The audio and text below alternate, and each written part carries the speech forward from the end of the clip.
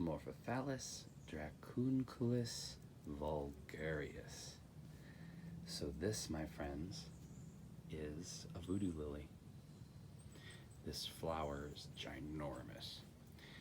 The cool thing about this particular amorphophallus, look at the size of it. Here's my little hand against it.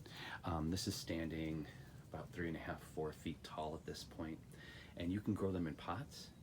It's a bulb, and the bulbs will reproduce. But look at this flower. It's just amazing. Now, the interesting thing about this particular amorphophallus, it's not a titanum. That's your classic one that blooms at the greenhouses and botanical gardens. So that is the largest flower on the planet. They can get 6 feet or larger.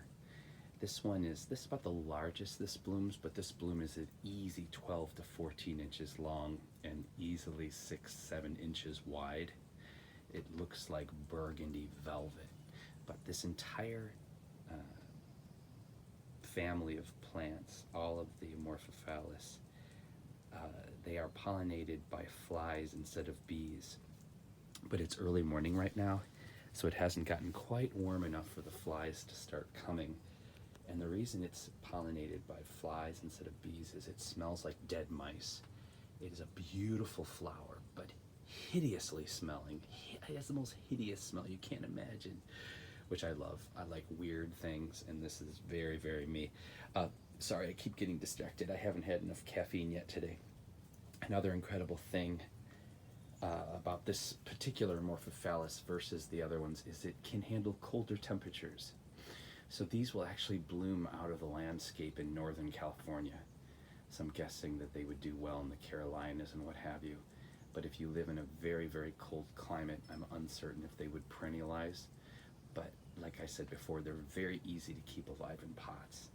And the plant itself is beautiful, and the bulbs just keep reproducing, making more and more and more flowers. So I highly recommend this particular amorphophallus because it puts on a show.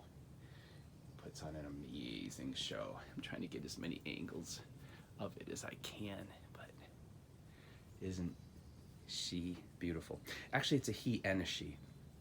This obviously is the male part, and this is the female part of the flower. At least that's what I read yesterday online. So just wanted to show you. Finally, I did it when it was budding a couple weeks ago.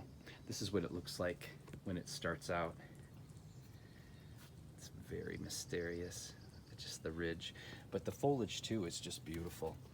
It's almost like a giraffe or some type of animal. So when it isn't in bloom, when it's just a plant, it looks very like a prehistoric plant, and it's beautiful, beautiful for a collection if you're into rare or exotic plants. Okay, if you like my quick money-saving tips, exotic plant collection, organic gardening, do-it-yourself, fix-it things, art, and occasional magic, please subscribe. It helps. I want you to take care of yourself, take care of each other, because how we treat each other on the streets, that is our ultimate reality. Look, it looks like velvet. Nature's so amazing.